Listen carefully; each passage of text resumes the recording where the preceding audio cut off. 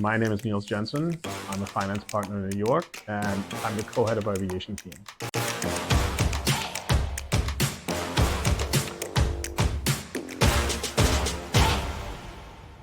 What aviation team does is really cover the whole spectrum for aviation clients, from debt to equity investments all the way to decarbonization projects.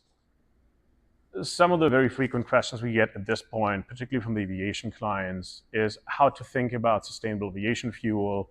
And it's more than just the fuel. There are environmental attributes. There are maybe carbon reduction credits, and how to think about the procurement and about the sometimes passing on of sustainable aviation fuel. Not necessarily what these players are experienced in doing. If leasing companies are trying to get into the game, they don't normally buy and sell offtake fuel at all.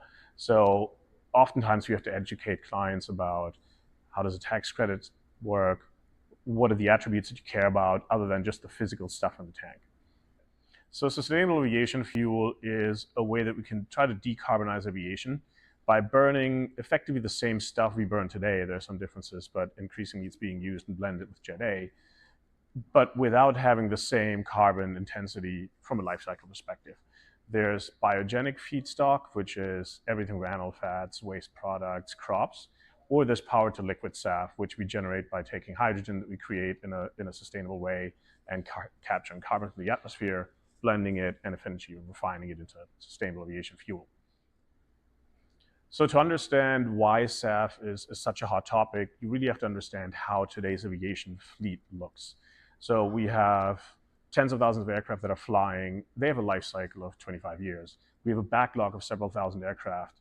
So even if we had technology today that was more sustainable, like hydrogen, like electric flight, which we don't, by the way, it would take decades at best to roll that out once it's developed, approved, and tested.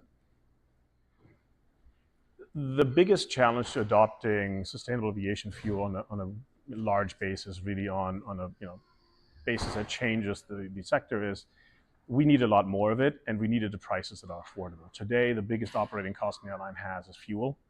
SAF costs, sustainable aviation fuel costs 5 to 8 times what Jet A costs. So that's not sustainable. You can't just pass it through. So there's a huge funding gap that we somehow have to close.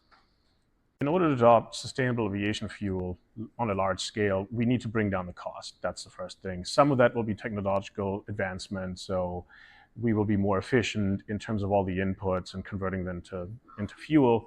So that's one part. But the other part has to be, on top of just investment, there has to be increased government support. That could be subsidies, that could be tax credits like we have in the IRA, but more work is needed.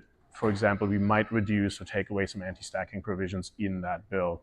And another very important part of it is going to be how much can be passed through to the consumer versus how much can airlines absorb.